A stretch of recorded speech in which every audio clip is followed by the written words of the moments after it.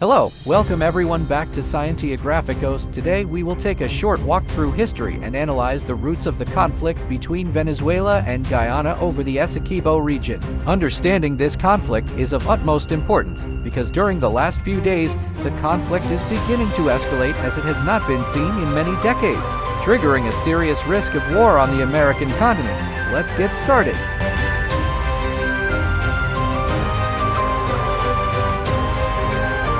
The origin of the conflict dates back to the 17th and 18th centuries, at which time the Spanish were masters and owners of most of South America. However, not all regions had the same importance and protection from Spain.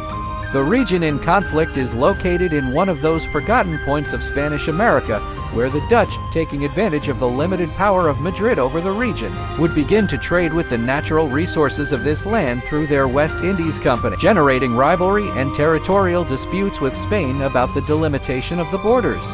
The conflict between the Spanish Empire and the Dutch Empire would remain frozen and unresolved throughout the entire 17th and 18th centuries, since with the arrival of the 19th century, the Viceroyalty of New Granada, a Spanish colony in the region, would obtain its independence, forming the Gran Colombia, a country that would later dissolve, giving rise to the Republic of Venezuela in 1830. The new republic, as part of its territorial claims, would inherit the disputed territories that once belonged to Spain, including the Essequibo region. However, the control that the young nation exercised over its vast territory was limited and its political influence over its inhabitants non-existent.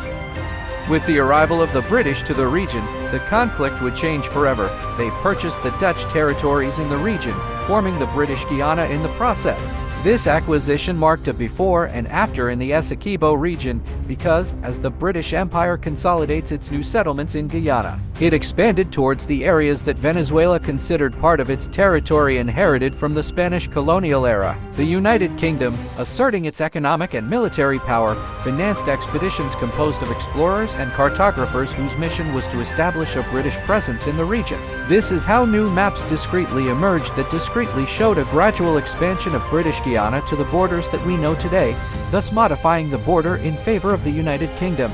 This expansion was considered by Venezuela as an interference in territorial sovereignty, which raised tensions between both countries. However, in the absence of Venezuelan political and military power over the region, the conflict would only escalate at the diplomatic level during most of the 19th century. It was not until 1899 that both countries sat down to negotiate in the International Award of Paris.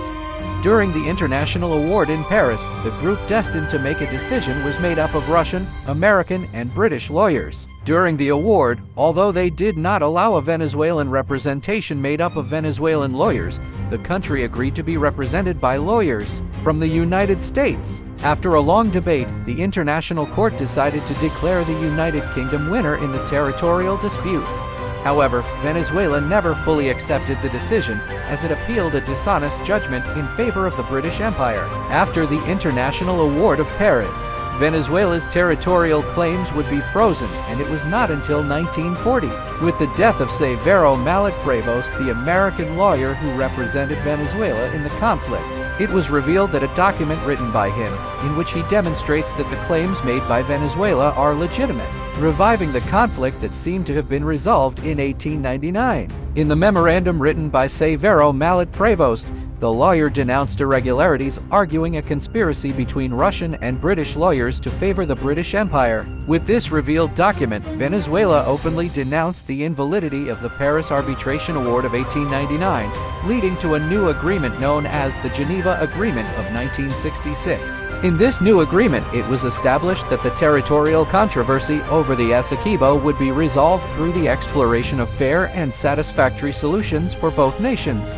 This agreement marked an important milestone in the conflict as it accepted that the Paris International Award did not fairly resolve the territorial dispute. However, this new agreement would be of little use because, despite being signed by Venezuela and the British Empire, possessor of the territory at that time, Guyana became independent 3 months later, leaving the issue again unresolved. The young nation ignored the 1966 Geneva Agreement signed by Venezuela and Great Britain and advocated the International Award of Paris as the only valid agreement to justify its power over the region. The conflict froze again, and it was not until a few years ago that the conflict was reactivated again. Referring to the unresolved historical claims and the discovery of oil and natural gas in the territorial waters off the coast of Essequibo. As of December 19, 2023, the conflict remains unresolved, and with the referendum for the annexation of the Essequibo by the government of Nicolas Maduro, the region enters a real escalation of war for the first time in a long time,